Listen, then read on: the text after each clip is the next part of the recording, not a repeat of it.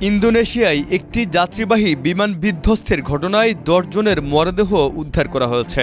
শুক্রবার দেশটির দক্ষিণ সুলাওয়াসি প্রদেশের একটি প্রত্যন্ত পাহাড়ি এলাকায় এই দুর্ঘটনা ঘটে। বিধ্বস্ত উড়োজাহাজটি ছিল এটিআর 42-500 মডেলের টার্বোপ্রপ বিমান। উদ্ধার হওয়া মরদেহগুলোর মধ্যে ৭ জন কেবিন ক্রু এবং ৩ জন যাত্রী ছিলেন।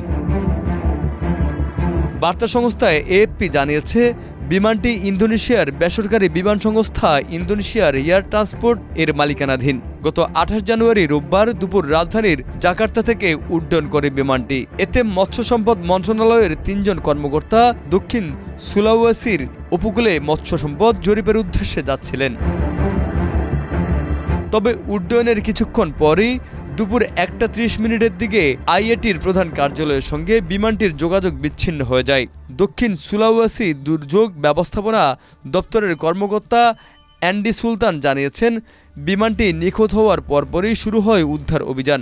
আজ সকালে মরস জেলার বুরুসারাউং পাহাড়ের এলাকায় বিমানটির বিধ্বস্তাবশেষ শনাক্ত করা হয়। দুর্ঘটনাটি রাজধানীর জাকার্তা থেকে প্রায় ১৫০০ কিলোমিটার দূরে অবস্থিত। এদিকে দুর্ঘটনার সঠিক কারণ জানতে ইতিমধ্যে তদন্ত শুরু করেছে ইন্দোনেশিয়ার বেসামরিক বিমান চলাচল কর্তৃপক্ষ। নিউজ ডেস্ক, মাই টিভি।